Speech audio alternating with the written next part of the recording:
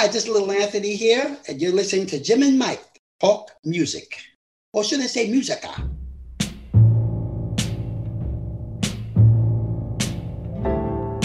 I know you don't know what I'm going through. Standing here looking at you. But let me tell you that it hurts so bad. It makes me feel so sad. We have a very special guest with us today. He's a singer and member of the singing group The Imperials. Over the years, he's had the pleasure of knowing Elvis, Buddy Holly, Red Fox, and Mary Wilson, to name a few. In 2009, the Imperials were inducted into the Rock and Roll Hall of Fame by no other than the great Smokey Robinson. Let's welcome to Jim and Mike Talk Music, Jerome Gourdine, otherwise known as Little Anthony. And the crowd goes wild. They always go wild. Yay! We got a crowd here somewhere. Do we call you Jerome, Anthony? You can call me Jerome, you can call me Anthony, you can call me, but you doesn't have to call me Little. Okay, we won't do that. You can call me Anthony, that's good. We'll do Anthony, yeah. So you were probably called Little because when you started, you were little.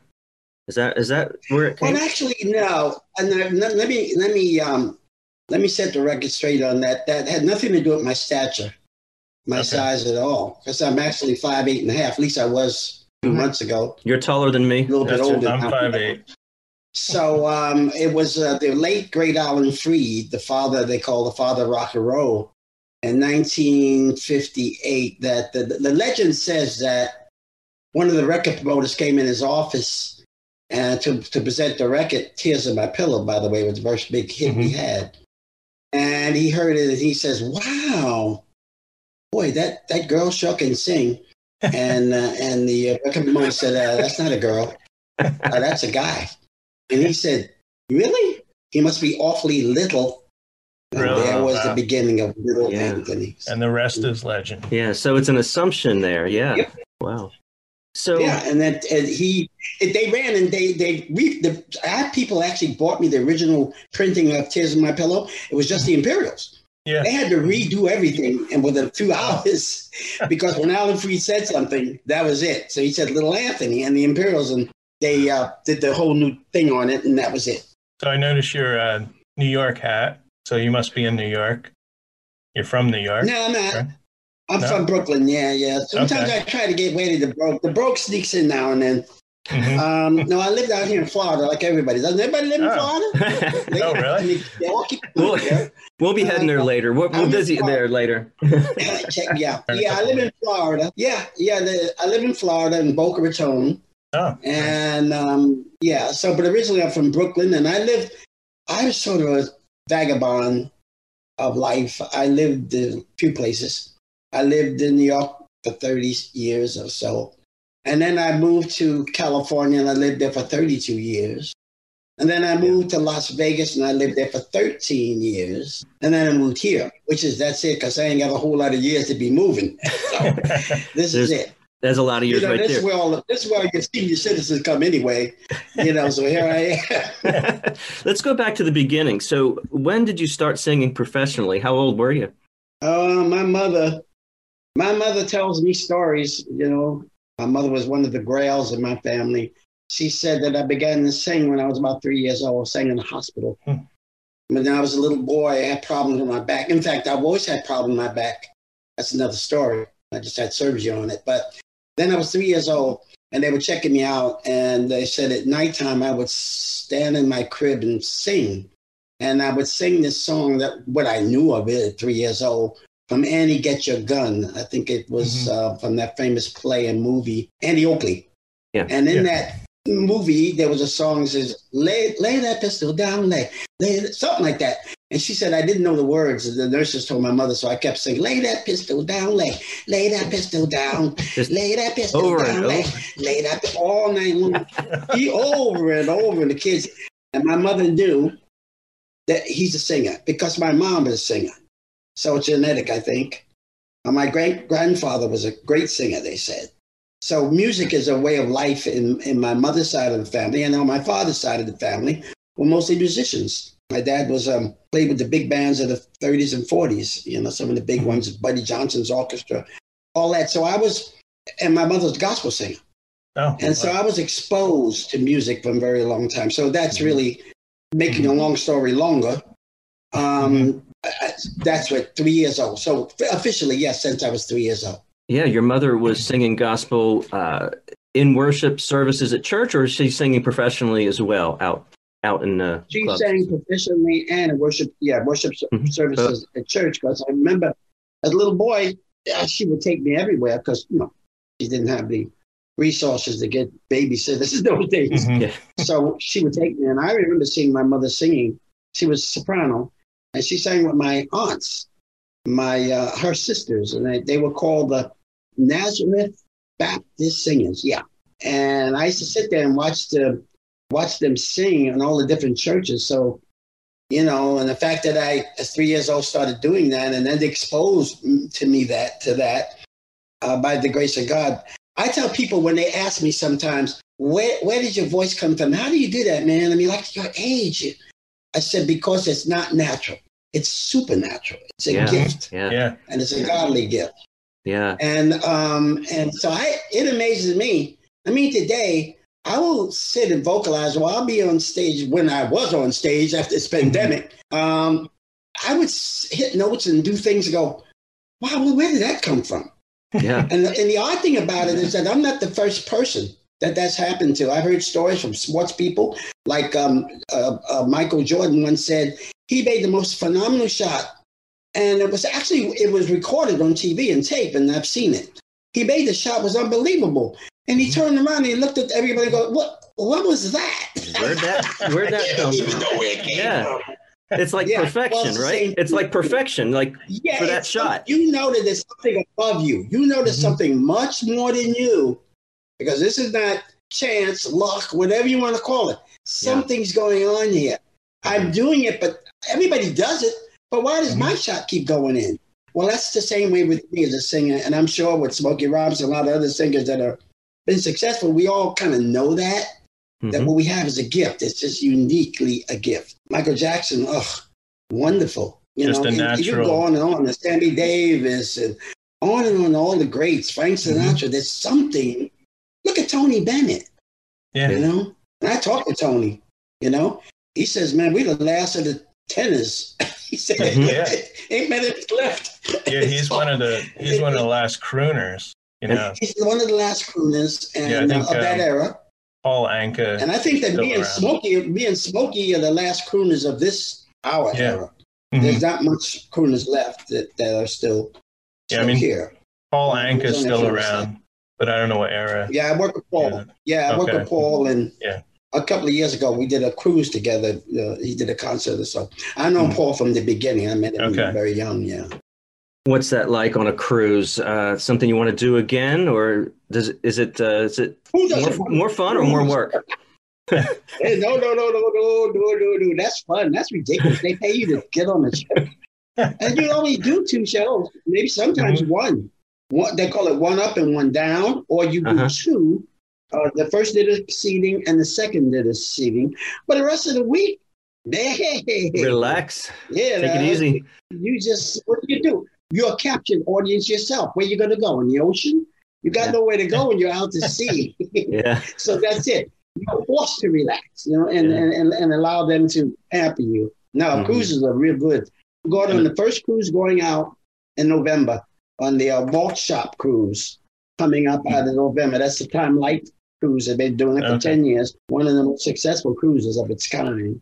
And we got a bunch of people on there. In fact, I wasn't supposed to be on there, but they called me up and asked me to take Mary Wilson's place. Oh, yeah. Because she was scheduled to be on that. And they got Gladys Knight on there and a bunch of people, the Righteous Brothers. I don't know. I'm grabbing things off my mind. Jane the Americans, people like that. And they called me to come in. And I'm actually going as a solo artist because it was last minute. I'm not bringing the group or anything like that. It's just me doing a segment in there sort of to cover what she did. I've been very successful on the cruises. I've been going out with Time Life now for 12 years, 10 or 12, 11 years now.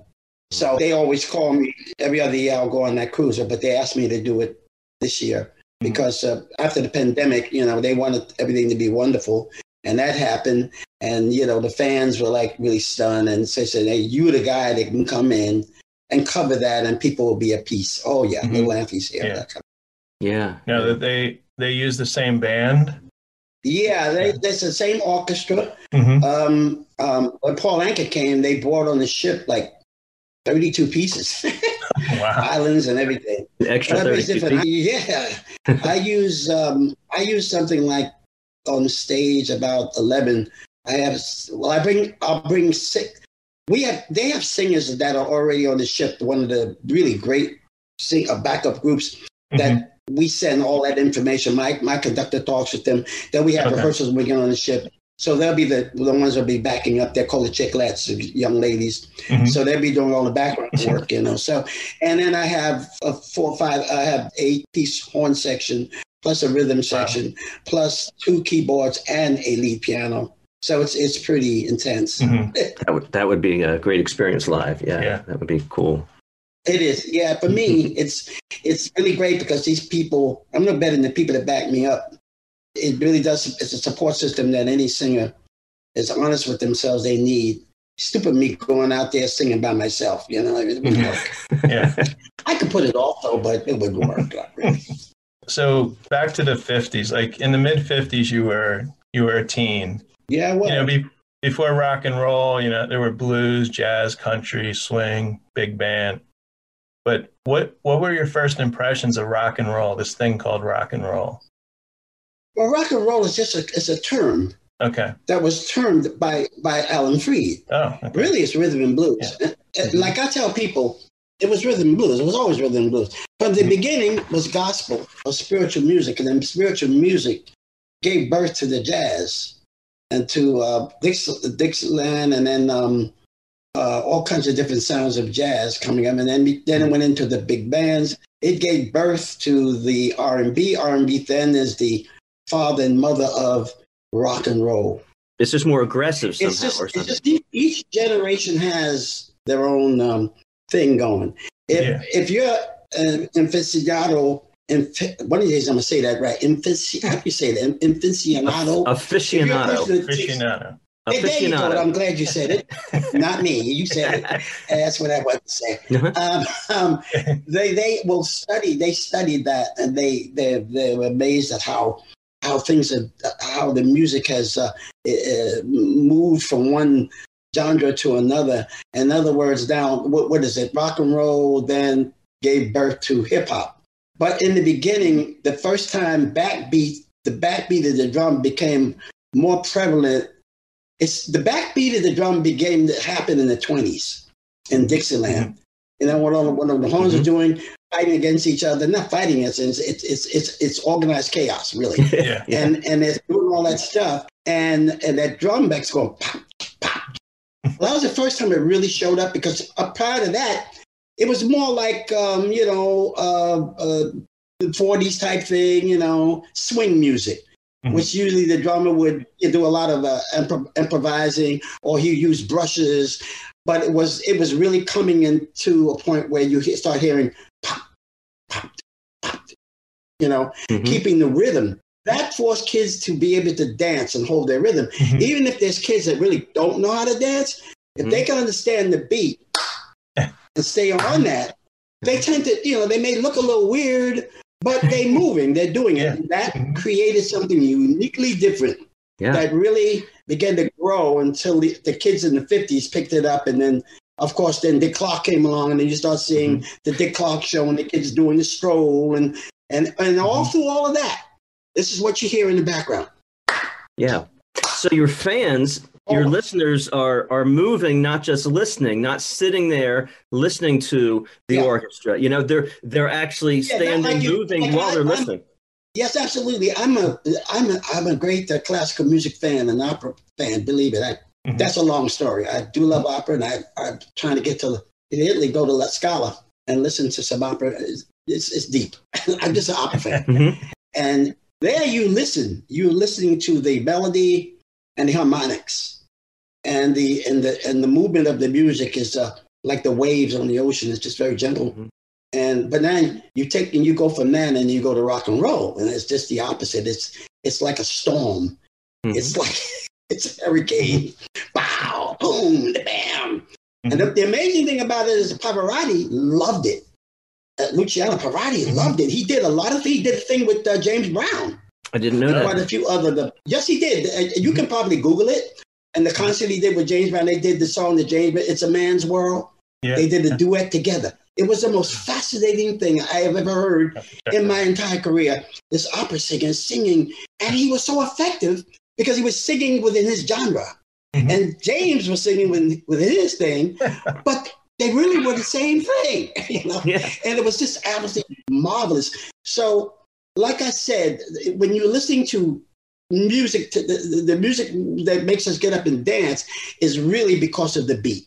The beat originally comes from Aborigines, or come from Africa, or come from places where the drum was the main instrument, probably the very first instrument man ever messed with. Mm-hmm. I mean, I don't know that. Yeah, beating on something. Goatskin strapped around a carved out piece of wood, right? When you look back at the music in Europe, so many centuries ago, right? You have all these strings, but you don't have that percussion. You don't have that interesting and driving percussion. Well, actually, you do. If you listen to the music out of Ireland, mm-hmm. they did. The Boran, yeah. That this. Your body wants to go with it, you see. So the drum really, I think, is the first instrument ever was. When we're looking back at the 50s, especially I'm thinking of that, we had at that time a racial segregation and a lot of stuff was going on there. But at the same time, I think that the musicians were breaking through first. I mean, I know that they were breaking through ahead of the current predominant culture. Anything to talk about there in the 50s? Well, even in the 50s, actually, arts is the arts. It mm-hmm. always is the forefront of breaking through any kind of relationship between peoples. Right. Whether it be plays, Shakespeare, mm-hmm. or whatever it may be, George Bernard Shaw, and on and on and on and on. The visual arts. You get to music. Yeah. Mm-hmm. And that sort of draws people, even if you have differences, you are attracted. Both of you now have something in common. You're attracted. Mm-hmm. So the music and it's the same thing happened in the 50s, and I was coming up, and it was not a wonderful time. If you were black, no, mm-hmm. it wasn't, especially in the South. But it was the one thing that God has given us, and you always hear me talking about this God. Well, I don't stand there to tell anybody whatever. But as far as I'm concerned, yes, he exists, and he has created a situation with us, these little avenues that bring us together, and music is one of those things, Mm-hmm. And in the 50s, man, that's how it was. Even in racial relations, especially in the South, were horrible. And because I went down there, my mother originally was from the South, and my dad. Mom from Savannah, Georgia. My dad was from Charleston, South Carolina. Yeah. So they came up with the real brunt of the horror. Yeah, and they know all that history then, yeah. They do. They try to tell us, listen, when you go down there, this is what you have to do in order to survive. Because I actually went down, my first time was in 1958, and we had Tears in My Pillow out. I never got far as Jersey up to that point. And next thing I know, I'm on a tour with Sam Cooke and a bunch of thousand other mm-hmm. greats. And we're touring all over the country, including the South, which were segregated audiences mm-hmm. in most instances and all of that. So I was introduced to something that was it was like throwing cold water on me, man. Whoa, this culture, what? And then I remember my mother and father always taught me, this is what you got to expect. Mm-hmm. Because I actually called my mother crying once because I ended up in a place in Richmond, Virginia, because there were segregated hotels and everything. We couldn't stay at any of the nice places, and though we had all the money we needed to do that. But we couldn't, and so we had to stay at guest houses and stuff. And we stayed at this little dinky hotel on the other side of the tracks, as they say. And I can remember vividly a light hanging over my head. It was all I had. And the bed had one of those things where you put a quarter in, and then the bed would shake and give you a massage or something. And they had remember a radio. the vibrating beds, yeah. I don't know what that was for, actually, but, put you to sleep or something else. I don't know. And they had a radio. If you want to listen to music, you had to put a quarter in the radio. Wow.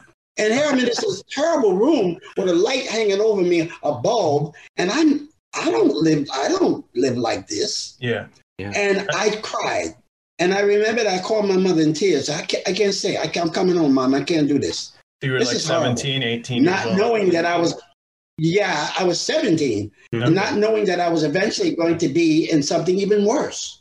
And my mother, God bless her, and my dad, they were the ones that really prompted me up, one, by my faith, and two, I had a support system, huge family, and they were all rooting for me. No, you fight through that. You got to do this. It's important that you do this. In fact, like a lot of people who met Dr. Martin Luther King, I remember I met him in Atlanta airport back then, and he's, little Anthony. I met him in the hallway, coming between planes, and we talked. He said, I love that. And I wanted to say that, sir, you have been just something. I want to do more. He said, you know what you do? You do what you do. You just keep doing what you do. Yeah. That's all you do. Let us do what we do.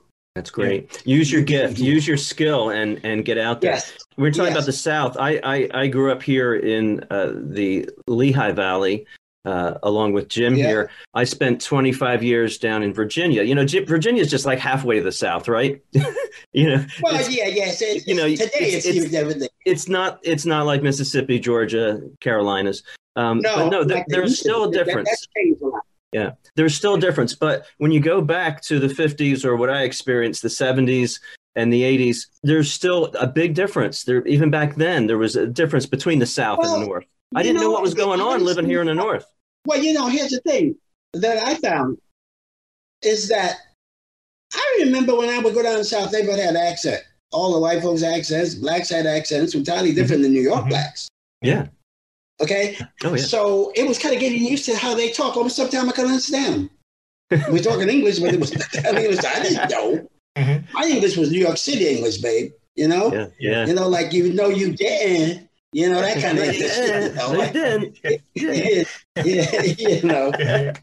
of So you'd have to learn how to talk different. How you doing? That was my English. Yeah. And I'm trying to figure out what they're talking, what they're doing. But in the years went by, and as the technologies and things grew, and then industry starting to move from the north to the south. Well, when the industry started going south, that's why they call it the New South, because it was beginning to bring in people from other parts of the country now live in the South. So whether they interbreed or marry or do what they do, the brogue is, if anybody notices this, that Southern brogue is almost gone. I'm amazed when I go and I go, wait a minute. Everybody's talking like me. What happened to the Southern accent? Just the blending, if you go to Mississippi, you go to Alabama, it's like being in Michigan now.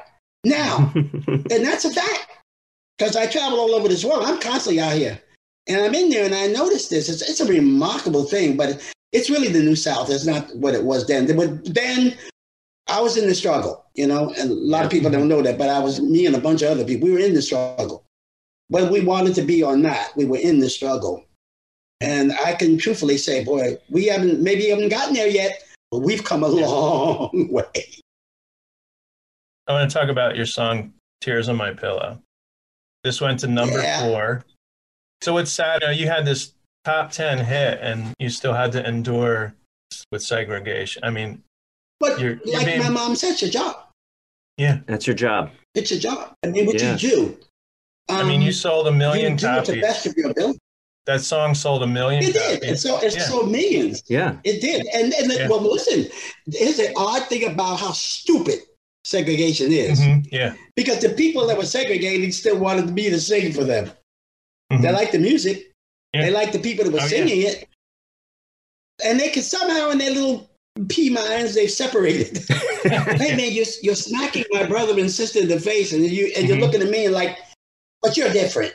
Yeah. No, I'm not. No, It's it doesn't the make any same. sense. Doesn't make any sense. That's it's still Because if you senseless. didn't know who I was, I could walk into a Woolworths in those days. Woolworths is a big place to go. Yeah, I remember. And I had to sit. I couldn't sit at the counter. Wow. Yeah. So it took like people like Reverend Luther King and Malcolm X and all these different people that came in, leaders that came in and began to show us and them. You know the thing about the men, you can't change the morals of man. Only the man's heart can be changed. And the only one that can change a man's heart is God, Jesus himself. Because we can't do it. If you don't believe that, you just look at the world the way the world is today. I will tell you that I have seen so many people so scared and so depressed and so they don't know where to go. And I keep saying it's been a really rough to go through that. Yeah, and there's been I mean all over the world. So much going on. I'm talking to my friends in England and France and people I know, and and I try to calm them down with reason. And I said, why are you so afraid? Then I found out because they don't have an absolute. They don't have a faith. They don't have something they can know is bigger than them. And that is sovereign. And that everything is going to come to a conclusion. It's going to work. It's going to come to what God. Don't let anybody kid you.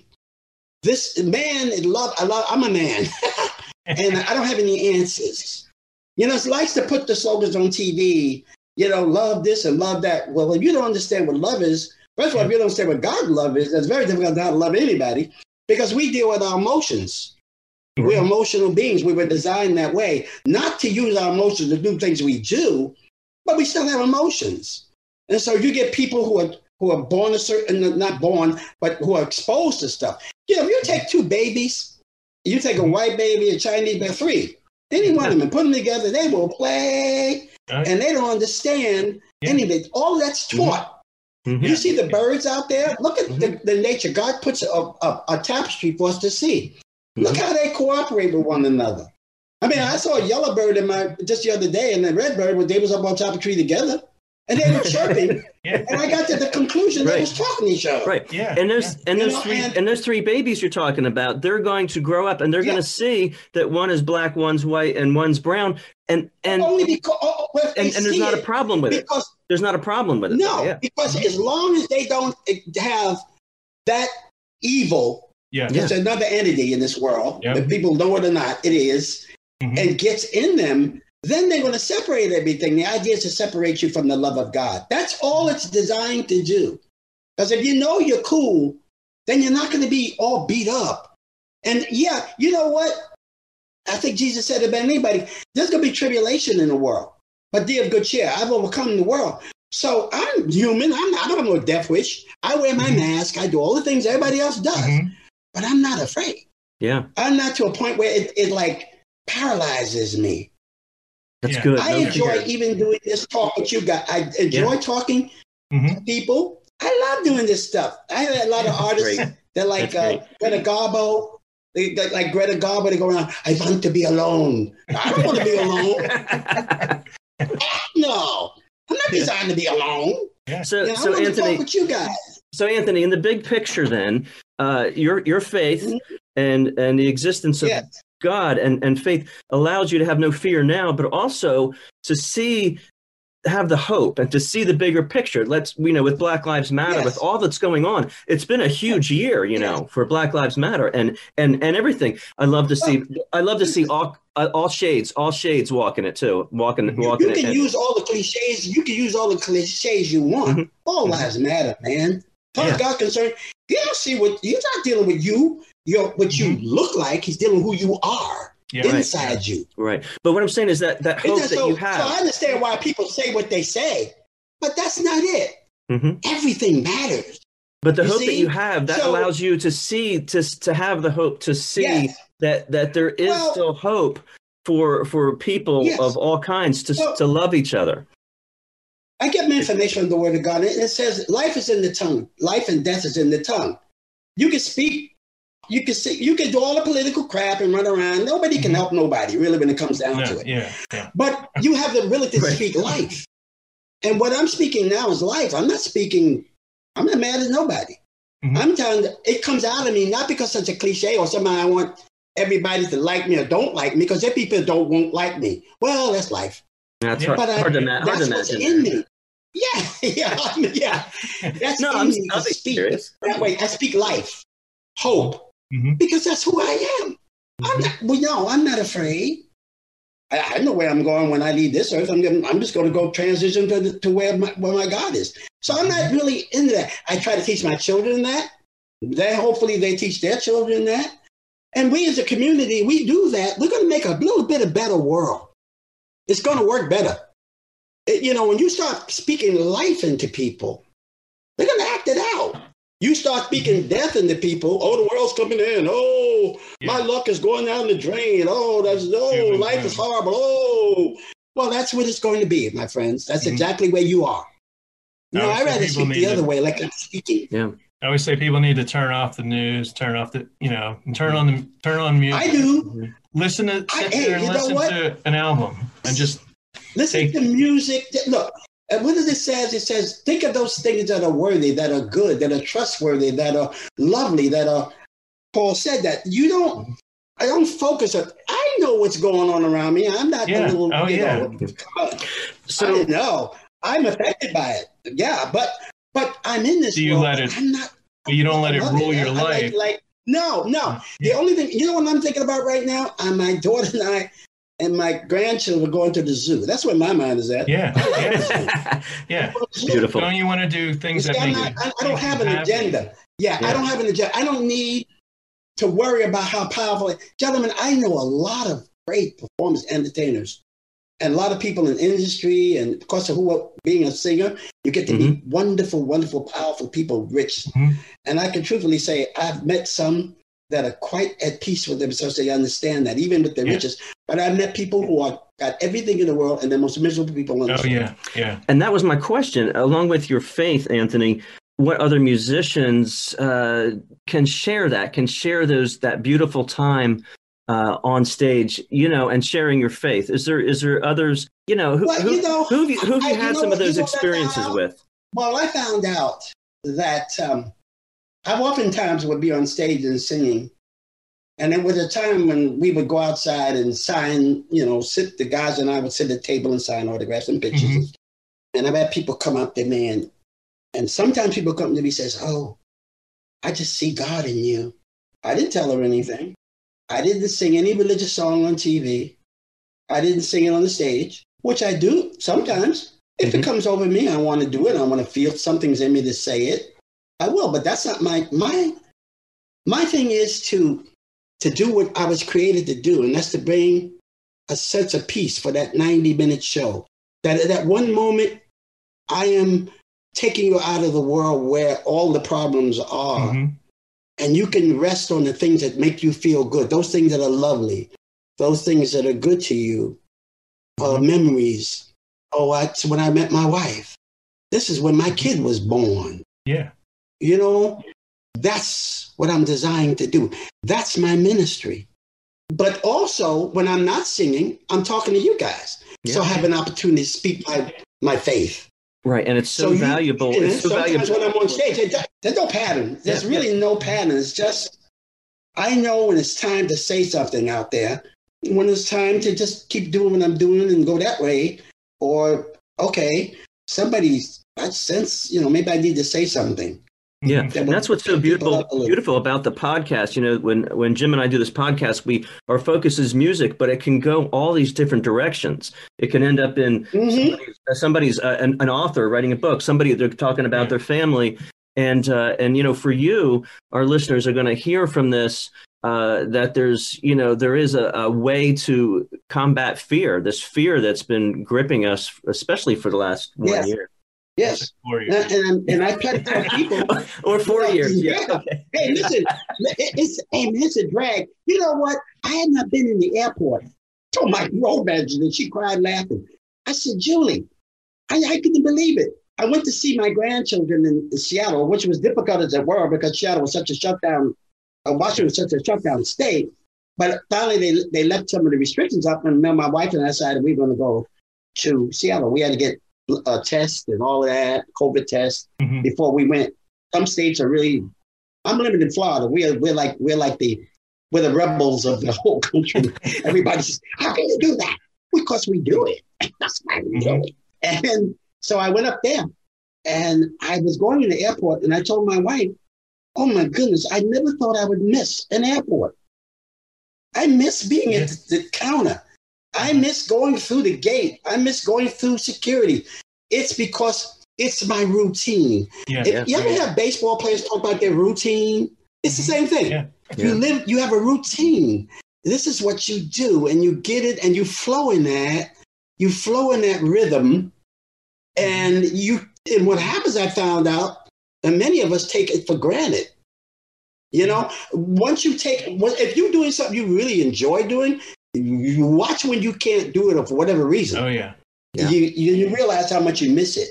Yeah, because you're in that routine. Talking with family, hugging family, that kind of stuff. It's very, very valuable. I've been missing it. You know, we've all been missing it. The thing good about this, I've never seen so many people come together, families come together through this pandemic. For what is meant for evil, God said that he means for good. So that it's actually out of this pandemic, there was something good happen. Yeah. It was families and people, because they had to come together. They had no choice. We're all the same boat, so to speak. All planet Earth. We had to deal and cooperate with one another. We had to. You know, so we were forced into this thing. So the good out of this is that families got closer. Man, I've seen more of my grandchildren, my great-grandchildren I haven't seen in years. My grandchild just left here. I mean, like, because I'm here. Grandpa, my dad is always on the road, right? Yeah. So you probably. And now I'm here. You're out to sea. Well, I think my wife would want me to go back on the road, but hey, that's another story. We might not have time for that one. Because I'm like a fish out of water, man. I get in the way, and this is her world, and I get in the way. But this is what us singers and performers and artists, we do. We take that away from us.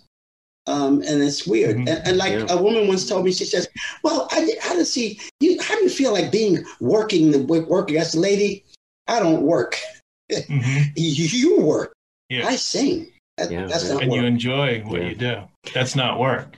The work is getting to the gig, but once I'm on that stage. Yeah. Anthony, you've met so many different people and had rubbed elbows with them, sang with them. Yeah. Yeah. Can you tell us about? I know you met Buddy Holly, which is incredible. Yeah, Buddy. Yeah. Now, what do you know? Remember what year that was? Because I know he was. Yeah, that was 1958. Okay. 1958. Yeah, I met him at the Hopkins Hotel in Cleveland. Okay. We were doing in those days called record hops. You guys are too young for that. Those days, record hops were where you promoted your records. You lip sync. You really didn't sing anything. Yeah. They would put on your record, you lip sing it, but the fact that the kids could see you physically was a turn on. So places, thousands of people, you know. Yeah. So, which was very easy to say that lip sync your own song. Yeah. So that's why I met him. He was going. We were coming in the lobby, and I said, "Oh shoot, that's Buddy Holly." And at the same time, he said, "Oh, that's Little Anthony." You know, we just gravitated. Yeah. And you know he had such a sweet spirit. He was so shy, man. Yeah. So real. I mean, this whole thing, this kid is from Lubbock, Texas, you guys. Yeah. Oh, yeah. All of a sudden, he's thrown out in this world. But it didn't affect him in a negative way. He was sort of just kind of doing it the way I was talking to him so he can get back to Lubbock, Texas. Yeah. Like where things were more normal to him. Yeah. But that's what he did. He enjoyed playing his guitar. He enjoyed singing. And, you know, Buddy was something else, man. They were the first, I would believe, white rock and roll group ever that played the Apollo. Very cool. And received enough.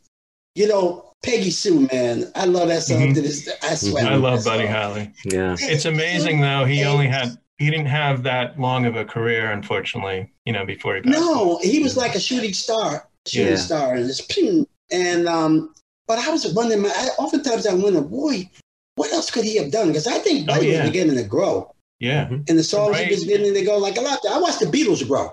Yeah. From the first time they started to when they blew, they just grew. You know, when they did Sgt. Pepper's Lonely Hearts Band album, it was the end of the planet.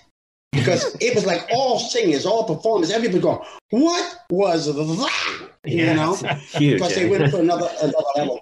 Yeah, they went to another level. They purposely did that. They took it to another level each time. You know, when you could see that going. You know what they were? If you know Liverpoolians, I call them Liverpoolians, like Brooklynite people in America. Yeah, they're unique, and I love them, and I love being in Liverpool because they're just like me. I mean, like we all think alike. They're like they were always the drudge of England. Like, who cares?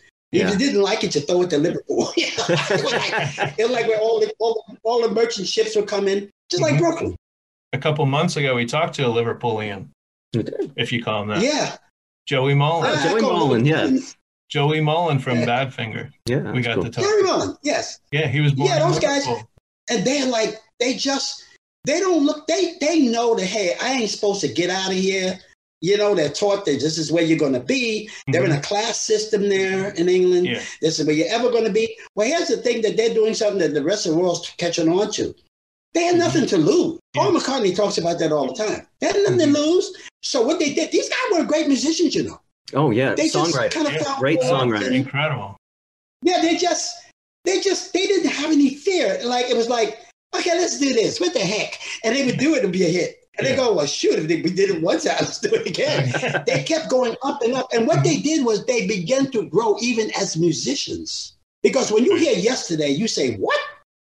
You hear something by like George Harrison, you go, what? Yeah, Something in the Way, yeah. Where did that come from? Yeah. Awesome. To sweetness. It's a gift that you were talking about. They're all gifted. Yes, they were guys that didn't know. And a lot of people I talked with in Liverpool, because I went down to the club where they used to play, me and my son, because my son is my manager, and we went in there just to see how it was down there. And it was a little club. And so much history came out of there, man. Eddie Hendrix, all the greats played down in that cellar. Oh, the Cavern Club. There. Are you talking about the Cavern Club? Yeah, that one in Liverpool. Like you go downstairs. Joey told us all about it, right? Yeah. Yeah, and all over the wall you see all the history. They like put in murals all over the place. Wow. And pictures and stuff. So there's a lot of history there, and it's still a working club, by the way. Yeah. Did you ever meet any of the Beatles, like cross paths? Never. The only thing that I remember, gentlemen, was that George Harrison was the biggest fan of us. Oh, he loved us. That's cool. Yeah, in fact, he recommended we open up for them. When they first came to America in New York City, they were going to play Shea Stadium. And they wanted an opening act, and George told the guys, man, Little Anthony Imperials, man, we should have them open for us. But we were like very snobbish at the time because we were thinking, who are them foreigners to tell us who opens for who? Yeah. You should be able to have the say. Yeah, you should be opening for us. Yeah. I'm not going to open no bugs. What is that? We know who they were. We saw the signs everywhere. The Beatles will come in. We go, what is a Beatle? I heard that song. It was the most hokeyest infestation. If you're from the South, there's some big Beatles down there. We heard the song. You got bigger Beatles down there. Like Locust. The Locust are coming. Sure. And the music, we were, what is that? That song is, that's weird. And so we didn't really think a lot of them. So we turned it down. This is one of the great moves of Little Anthony and the Imperials. We turned it down. They in turn put the chiffons open for them. Yeah, wow. Now, I was just telling the guys, we looked back, I told Ernest, it was the last remaining of the original Cats. And he said, that's the stupidest thing we ever did. Yeah, right. Imagine if we would have went, it would have given us another kind of a career. Yeah, it would have been different. What about Elvis now? You have met Elvis. I had an intimate relationship as much as that I knew him. I first met Elvis through Chuck Berry. Okay. Because him and Chuck were friends back in the day. And we were on tour, and Elvis at that time was pretty big. And this is just before he went into, when did he go into service? In 57 and 58 or something? I can't remember. Something like that. When he went in the Army. I can't remember. But it was just before he went in the Army, and he came backstage, and he had blue suede shoes was out, and another one. He had, I forget, Jailhouse Rock? No. I can't remember. But it was big. It was big. And I met him. I said, oh, how you doing, man? He knew everything about it. Maybe one of them Hound Dog. songs. Yeah. And he knew all about us. So that was the beginning of this relationship. And as it were, life kept putting us boom, de boom, de boom. We kept hitting either the airport or somewhere. And then one time we were working in Vegas, and this is when long after he came out of service, sort of his comeback is like 71, 72, 71. In that time period, he was working at the hotel in those days. It was called the, I can't remember the name, but it's known as the Hilton. And there's something, another name I can't remember off the top of my head right now. But we were working the theater, and he was working the main room, and we were working the theater with Red Fox. Yeah, it was us and Red Fox and Bobby Vinton. What a combination! What a combination! Oh, that's Vegas. That's how Vegas was, in those days. Yeah. Well, here, we have something right here. This cracks me up. Take a look. Red Fox. Can you get closer? Red Fox, you got it. Yeah, take it closer. That's my father on the road. My dear friend. I love that. But anyway, we're working in there. So Red and Elvis met years ago, and he was a big fan. So we did the show, and then somebody came in our dressing room and said, "Oh, Red said to tell you Elvis is going to be, because he's playing the main room." He was big, man. That's really cool. And he's coming in here to see us. And then so one of the guys said, "He come to see us, and he's come to see Red Fox." But actually, he was coming to see the whole show. The lounge shows in those days, the last show was 2 a.m. Wow. So his show was over like 1. Yeah. And so he came over with his entourage, DeVito, all those guys. I know all those guys. The Memphis Mafia. Yeah, you got it. And they came. They're all sitting there with the girls, of course. And so Red says, "Hey, come on, and I'll introduce to Elvis." I said, "Well, I met him some time ago." And we went to his table, and he said, he called me Anthony. Anthony. Yeah. And I said, "How you doing? How you doing?" Yeah. Oh man, the show was this and that, and he was raving. And we sat down there till about 3:30 in the morning, man, just shooting the breeze, laughing, telling jokes and stuff. And then he was up. He had a suite. And gentlemen, that suite looked like a 4,500 square foot house. That's the suite. Yeah. That's the suite. Well, he'd get the best, right? The best would be for him.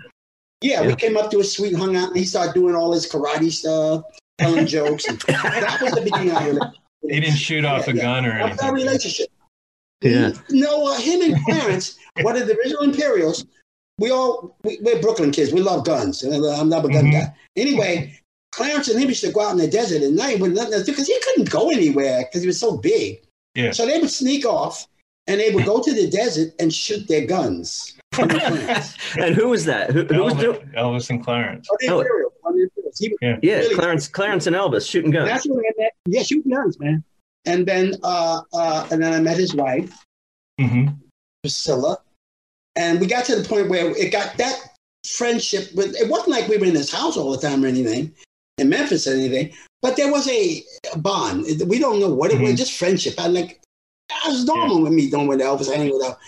And he one time called and said, "Listen, Priscilla's coming to New York City. And you guys we were at the Jewel Box Americana Hotel on 57th Street, 6th Avenue." And he said, they called and says, "Hey, my wife is coming there. Could you kind of look out for her? She's coming to see the show what you guys are doing at the hotel." And the funniest part about it, she came coming to the lobby, and our phone rang up in our suite, and it says, the guy says on the other side of the phone, is this little Anthony? I said, whatever. Somebody said, "Yeah, he's right here. Can I speak to him?" And I said, "Yeah, what's up?" "There's a Priscilla Presley down here." Priscilla wants to talk. Yeah. All right. I said, "It's Priscilla Presley, dude. Of course it's all right for her to come up." And that's the kind of trust we had. And he told us, "Hey, man, just look after." Because he knew us. That's trust. That's real trust. We took her shopping on Madison Avenue. Harold did. Her and her girlfriend, and she was a knockout, man. I mean, she was just a beautiful woman. Yeah. And so we looked after them, and nobody. And the thing about it, we ended up actually on the news by accident. I didn't. It wasn't me. It was Harold, our conductor at the time. Took her to Central Park. Well, the local news stations, ABC, CBS, all of them, was covering a smoke out in Central Park when they, yeah, man, yeah, brother, peace and love, brother. The whole thing is Central Park, where there's so much marijuana in the air that got the entire city high. I mean, that's what it was. And New York was like an oasis for that sort of thing. So they were all in the park. And so Howard took her to the park. And we were so mad at Howard. We said, why did you take her to the park? Because the camera's going around. Boom! It hits Priscilla Presley. And there's Howard sitting there. And they interview her. And I said, I was going to find about this. Our friendship is done. Did she want that or not? Did she want the camera or not? Or was she shy of the camera? Did she she's Priscilla Presley. When the news, the media, they saw her. Whoa, that's Priscilla Presley. Yeah. She's in here. Goes the camera. And I'm going, oh my, it's all over the news. My mother calls me. My mother says, oh, you in the news with Priscilla Presley. One of the Imperials on the news. I'm going, oh, no, where? Central Park. I go, oh, no. Clarence had to call Elvis. He laughed about it. He was that? How was the safety at that point? Was it all pretty safe doing that? Because the mayor at that time was Mayor Lindsay. And he was a very liberal kind of guy, liberal sort of politician. So in order to appease the people of New York, he made that day a smokeout. It's called the Great New York Smokeout. That anybody smoke marijuana and they can go to Central Park and they block it off and just the people want to come in. Wow. As long as you stay in the park. I had never heard of that. And that's what it was. So that they were covering that. They weren't looking for her. Yeah. They just saw her. She didn't know in the house. I told her, how did you do that? Well, I didn't know there was going to be anything like that. I said, don't you look at the news, you dumb clock. So that's the kind of relationship I had with Elvis all the way up until he died. In fact, Esposito, his main dude that was in the army with him in the tank corps, was his main guy. And we did a thing in Palm Springs, and God, I don't remember what it was, 95, 96 concert. And he came over. He came over to see us. And we sat in the dressing room and laughed and talked about all those days. You could see in his face that he had that love to him. Those two. I don't know about all the others, those guys, because they were like, I don't know who those guys were, but him, that was like brother, little brother, big brother. They were in the army together type thing. Yeah. Now, you had something in common with Elvis. You have the same birthday. Yeah. Me and a bunch of other people. My mom, she was born in 1926. She was born on January 8th. January 8th. On Elvis's birthday. Ain't that something? I don't know if that's bad or good or what. She loved Elvis. And that's how from a young age, I started listening to Elvis. So the three of you share that same birthday, January 8th. He was very unique for years. People thought, not years, but for the time then, people thought he was black. Because, we didn't have what we have today. Like I'm talking, you guys on podcasts and cell phones. They didn't exist in those days. Yeah, you just hear him on the radio. You basically, if you didn't see him on Dick Clark Show or Ed Sullivan Show or something, you didn't really know. You didn't know what they look like. Yeah. It's sometimes better that way. Hey, we have to pause for a public service announcement. You'll get a kick out of it. Oh, that's good. Hi, this is Little Anthony here with a reminder that cowboying is great in the rodeo arena, but has no place on the highway. The really big man is the one who got that way driving carefully. It's nice having you here. Do you remember that? Do you know that? I don't remember that, gentlemen. I didn't. I didn't have to dig too far. So I was checking all your stuff out there on Apple Music. Jim and I stream Apple Music, and it's the Little Anthony and the Imperials Essentials. So they gather it all together, like it would be an album, and that's your playlist. And at the very end, they have that. It's interesting. That's nice. It's called Careful Driving. You guys played that. I never heard that before. No. So that's me, all right. Yeah. I'm picturing all these cars in the 50s and 40s, and no seatbelts, people driving wild.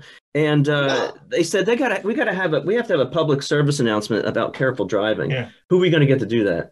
That's so you don't.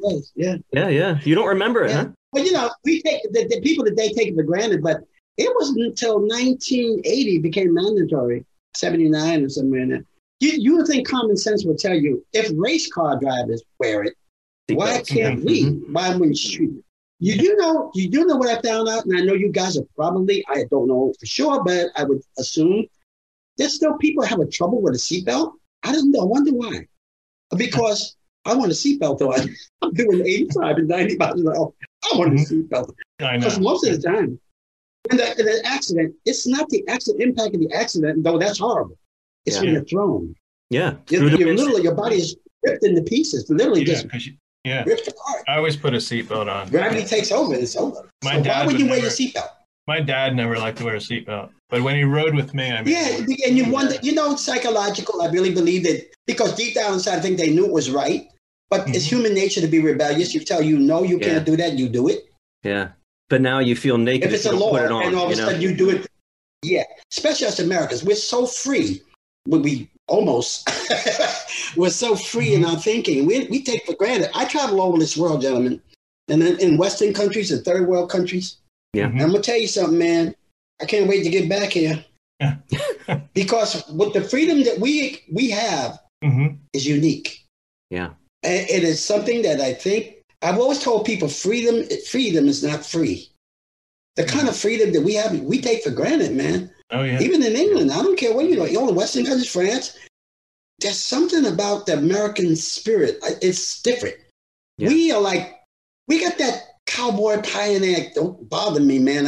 I know what I want to do. Leave me alone. And what happened was we found that this is what made America uniquely unique than all the other countries in the world outside of Israel. It's just unique. And that's one of the things that I found is that we have this in us. We're so innately taught we're free. And so when somebody wants to take that freedom, and I'll give it a little bit of it, it bothers you. Yeah, it's at least it bothers me. We've got a democracy and it's working, and that's being a patriot. Well, here's another thing, Jim. I don't tell you I'm a history. I'm what you call I'm not a history. I don't know what I am. I just love history. And you want to say buff, but yeah. But even a democracy means one vote, one man. But we don't work like that because, gentlemen, we are a republic because we have 50 different countries in one country. Yeah. We have a central government. Then we have all these states. Each one of these states has autonomy. Each one of these states have a government. Each one of these states have a constitution. Each state has different laws. So it's literally when I go to Washington State, and then I end up in Arizona, it's like two different countries. Yeah. If you look at it. So we're not really, with democracy we're not one vote, one man. We have so many people, but we have concentrated people. There's more people that live in California than that lives in Idaho. So we have the electoral college. In order to make it fair, other countries is not that way because they ain't as big as we are. No, there's not a lot of fairness. So it's one vote, one man. That's a democracy. And our country is we work under, we are a republic. And I like to say that because if anybody goes back to the history, somebody once said not to know one's history is to be condemned to repeat it. And I think that people don't know enough of who they are and where they come from, because they lose it. And they're easily persuaded that someone comes along and want to change history. No good. History's history. Yeah. Good and bad. Can't change it. Yeah. So let's talk about Smokey Robinson. My boy. Now you were inducted into the Rock and Roll Hall of Fame. Was it? I think it was 2009, wasn't it? Class of 2009. Yeah. So tell us how did you meet Smokey, and do you still talk to Smokey?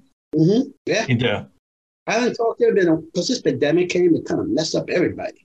Yeah. And then I was in Disney World with my grandchildren, and I was on one of them water rides, and my phone got all logged. I forgot to put it in a plastic bag. Oh, wow. Put it in my back pocket. Yeah. His number was in there. Okay. So I got lazy, and then finally I said, I got to get his number. I got everybody in the business number just about. Yeah. And so I haven't talked to him, I think it was about maybe 8 months. We used to talk at least 3-4 times a year. We both met in 1959 at Goin and N Records. And Barry Gordy at that time was writing for Brunswick. He wrote a couple of Jackie Wilson's hits. Barry, people don't know Barry Gourdine, one heck of a writer. Yeah. He had a lot of great songs he wrote. Well, he founded Motown too, Barry Gourdine. Yeah, well, I met him there. He was trying to get something going in New York. He couldn't. Okay. And that's when I met Smokey coming in the office, him and Pete, one of the Miracles. Okay. Later on, I met Bobby and all those guys. And we came in, he came in the office, and they didn't have a record at all. They were trying to get a record deal. I don't know what happened, but it never worked out at the record company I was with. And I've heard that's when Barry got a little discouraged with it all and decided to go back to him and Smokey. They went back to Detroit. Yeah. And I guess Smokey or somebody, they just got together and kind of financed their own little recording. They might have been the first to really do it that way. And so over the years, we would always be in Detroit or something, and then we would talk to Smokey, or he would come over to see a show, we go over to see his show, or we just started going in and out of people's houses, and Bobby and all those guys, and became very intimate. That's why we call each other brothers, because they're Detroit brothers, we call them, and they're New York brothers.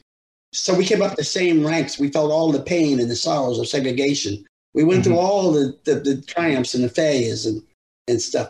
And Smokey was the one to try to get me. He introduced me to golf. And if I would have hung with him and Marvin, his guitar player, we used to be doing shows with the Murray Decay in New York at the old Brooklyn Fox. And his dressing room was right down from mine. And they always be in there singing and playing between, just working on stuff. And I thought that was the most boring thing in the world. If I would have used my brain and sat in that room, I could have probably collaborated with them. Yeah. Who knows? It could have been written by Smokey Robinson. And what were you doing in between sets? What were you doing in between sets that doing things I shouldn't be doing? That's what I was doing. Yeah, out at the bar and other places. Oh my! I was a bad boy. So Smokey. So we always were always together. We did tours together. We lived with a guy on a bus for a month or 2 months. I mean, you get to know people very well. And so that's how we are. And in fact, when we were told that we were going to be inducted to the Rock and Roll Hall of Fame, he was a conductor of David Letterman. Paul Schaefer. Yeah. Paul. I've known Paul for years. And, he's a Canadian dude that he made well. And he was the one that called my publicist and said, I got an idea, man. He says, because he was on the committee, on the Rock and Roll Hall of Fame committee. And he says, it's a shame Little Anthony Imperials are not. They should be, man. Their overall record, I mean, it's unbelievable, the things they've done. We never got a Grammy because the Grammys came out in 64. Because it wasn't invented yet. There you go. No, it wasn't invented yet, So if it was, we probably got one, We didn't get that stuff. So they were based upon that. That's how they were basing on their music. What they told us in Rock and Roll Hall of Fame was they looked at our body of work and said, "Oh my goodness!" It's like Sutton of the Dodgers, the pitcher. He wasn't like Koufax and did all that wonderful stuff. But if you look at his 15 years of pitching, my gosh, it's like Hank Aaron. I mean, he didn't. It took him like 22 years. But when you looked at it, that's how he broke that home run record. He was longevity. Yeah. And so they looked at our entire career, and that's how he got us to come on TV. And then next thing I know, we got the call that we were inducted into. We were on David Letterman show. Yeah, we did Hurt So Bad. Yeah, you can Google it if you want to see it. What do you got there, Jim? You can Google it. I just got this at the record store. Let me see. For our listeners, we're showing the best of Little Anthony. But at my local record store, that's Beat Records. Yeah, that was a subsidiary of United Arts. Yeah, so that was when Teddy Randazzo wrote most of the songs. Oh yeah, that's what I noticed. There was one guy that wrote most of them. Yeah, Teddy and Bobby Weinstein. Bobby Weinstein is my neighbor here in Florida. Oh, okay. I just talked to Bobby the other day. Yes, we talked to each other all. Hurt so Bobby bad. and Bobby Hart, all of us. We were New Yorkers. We were like kids in the street. Teddy was ahead of me. And Teddy would tell me, someday we're going to work together, man. We're going to work together. We did.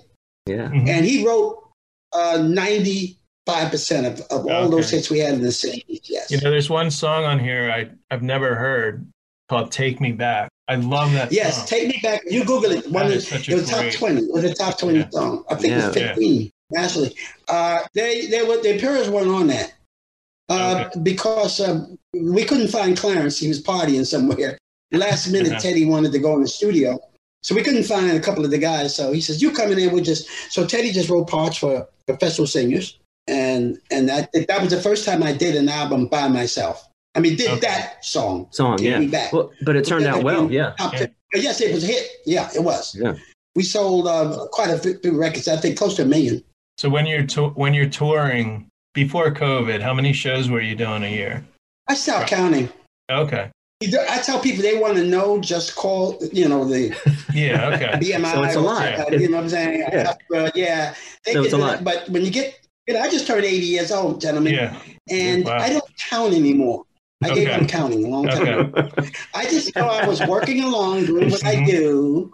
Yeah. And the next thing I know, when COVID came, the doors were shut.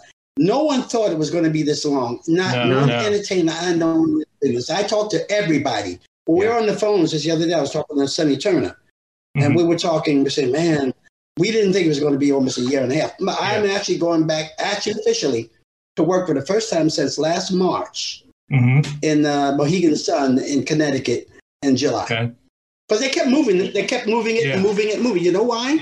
Remember I just talked about we're a republic. Each state has its own rules and laws. It just happened the states that we were working in were much more stringent than, say, Florida was, or Alabama was, or Georgia was. You know what I'm saying? Yeah. Right. And the pandemic decided to move its own way, too. It was stronger in this state and stronger in that state. And, the pandemic. Because gentlemen, I'm not going to go there. Because unfortunately, things will take it and become politicized. So that's all I got to say about that. Yeah. Oh, yeah. But all I know is it's leaving. It's leaving us, and goodbye. Yes. Goodbye. We're going to face other challenges. As long as we're on this earth, we're gonna face other challenges. Yeah. You guys are pretty young, you guys. This is not my first rodeo. It's not my first crisis. We're not that young. I've been through many crises, I cannot tell you.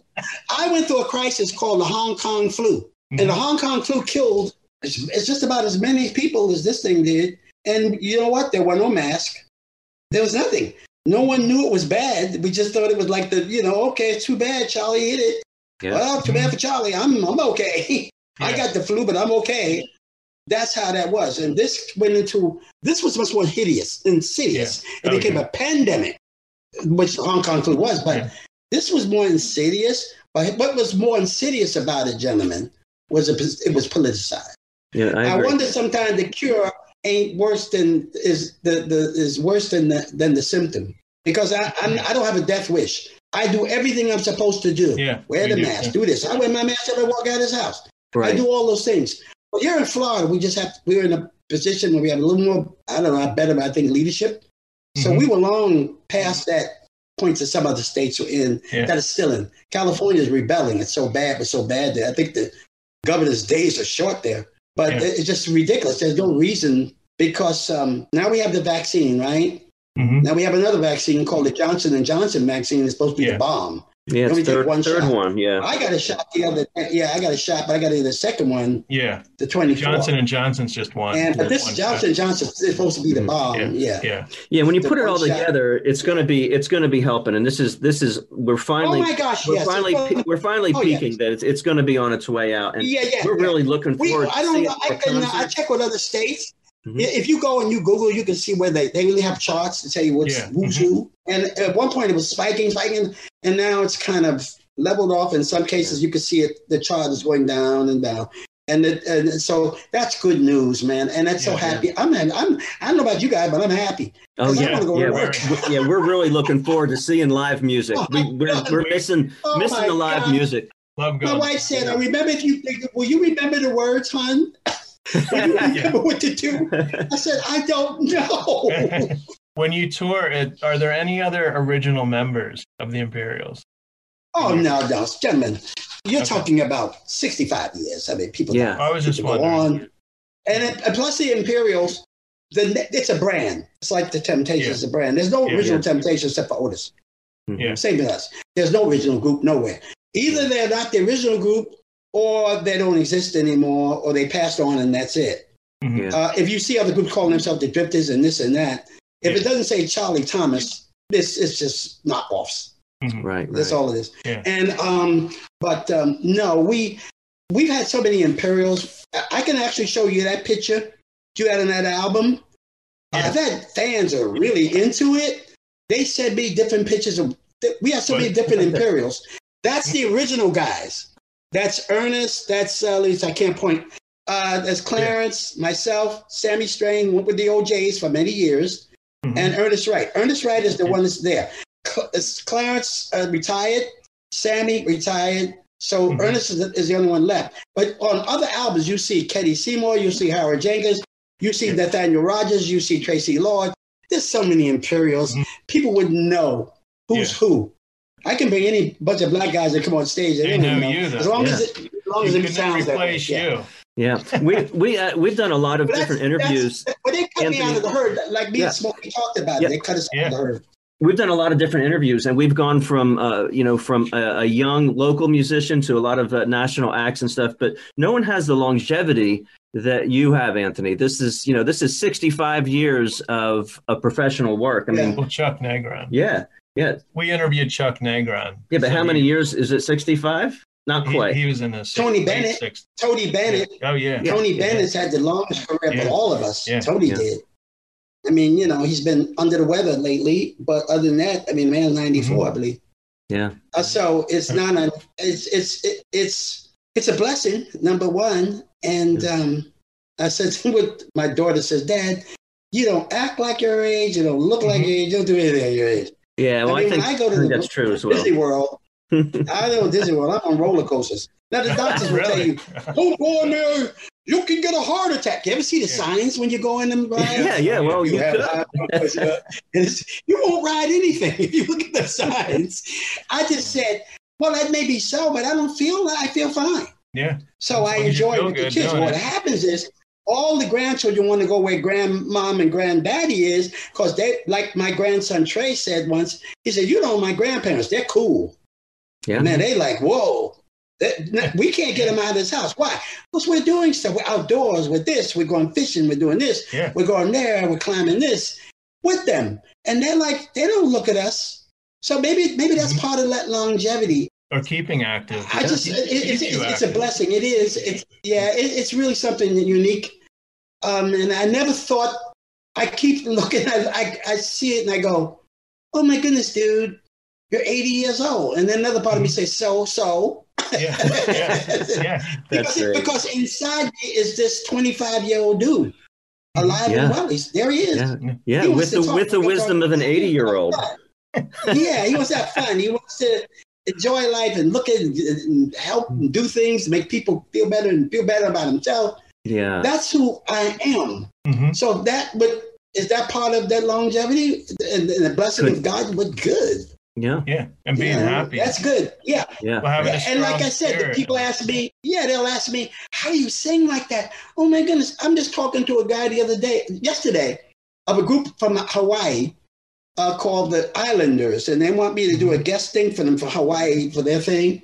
Yeah. And do a recording with them. And we were talking and he said, we were just talking about you in the same key that you was in there. How do you have that? I said, not me. I was a wild child. So it ain't because I drank milk and went to bed at 9 o'clock. No, it's not natural. It's supernatural. Right. And from those days where you weren't drinking milk and going to bed at 9 or 10, you learn so much and you have the wisdom. I mean, and we're hearing that, we're hearing the wisdom of 80 years to go from that to all the inspirational things you were saying, about your faith and such, the wisdom. Well, there's wisdom.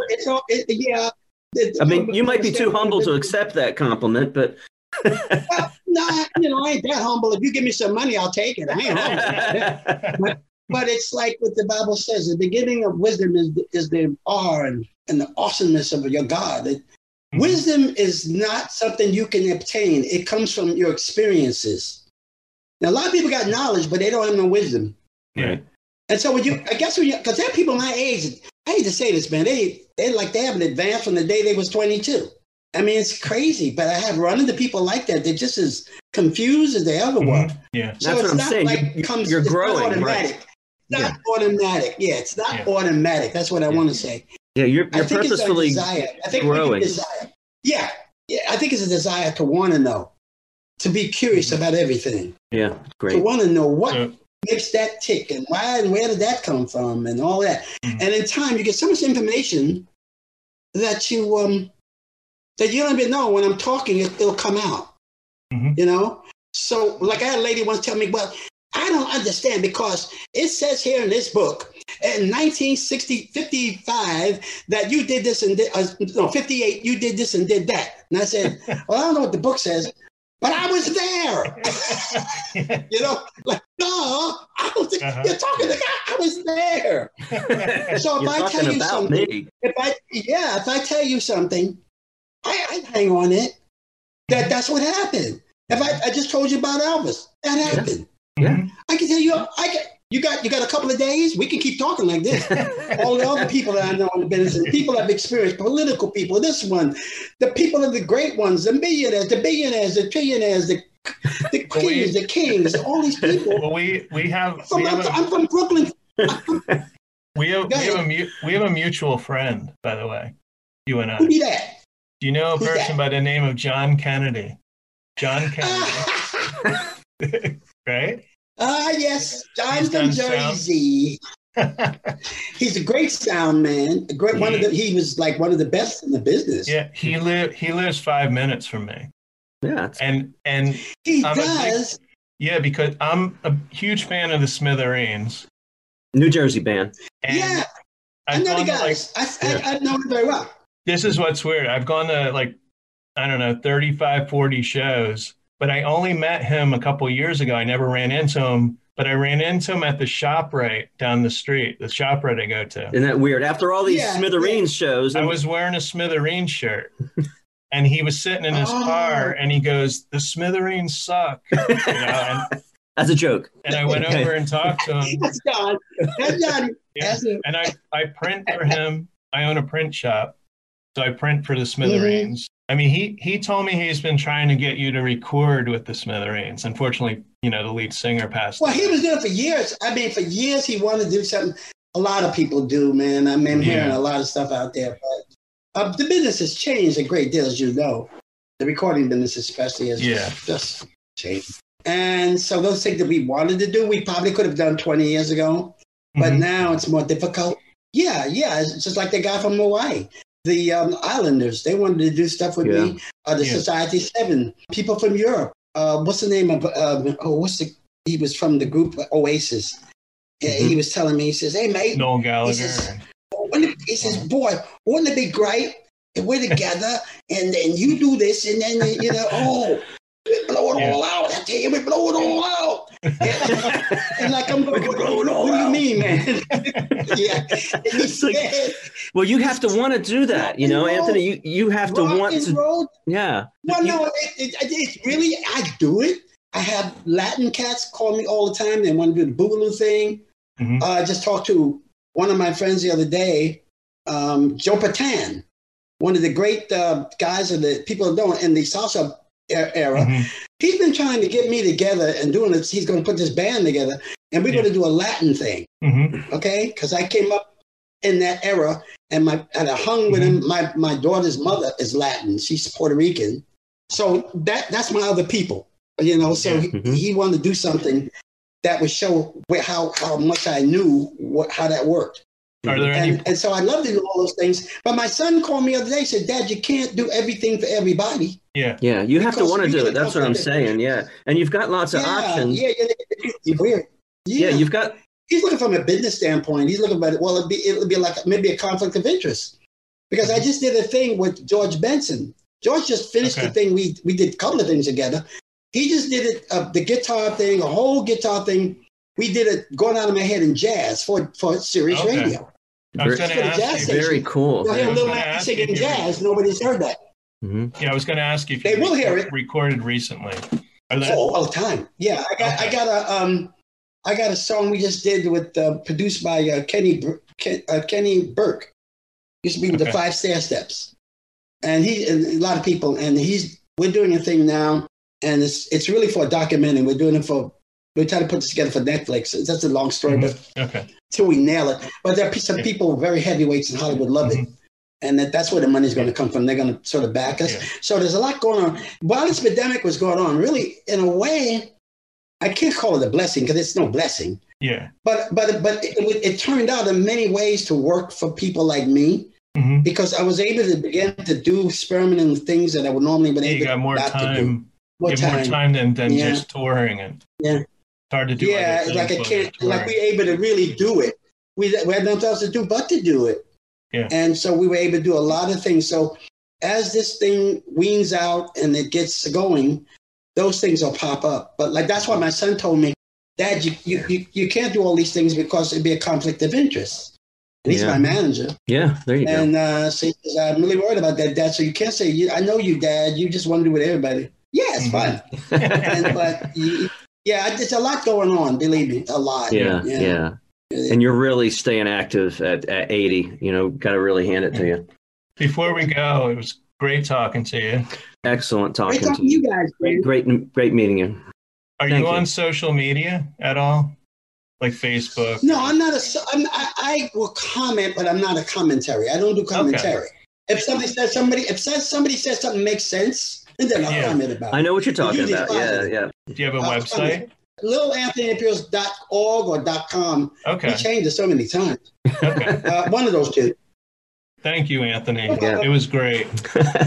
Your stories are wonderful. You're inspiring, and I think our listeners will be inspired too by what keeps you going. And it's just been great meeting you and talking to you. And I'm going to eat some cookies in a minute. That'll keep you going. Thank you, guys. You take care. Have a great rest of the day. Okay. See you later. Bye-bye. Okay.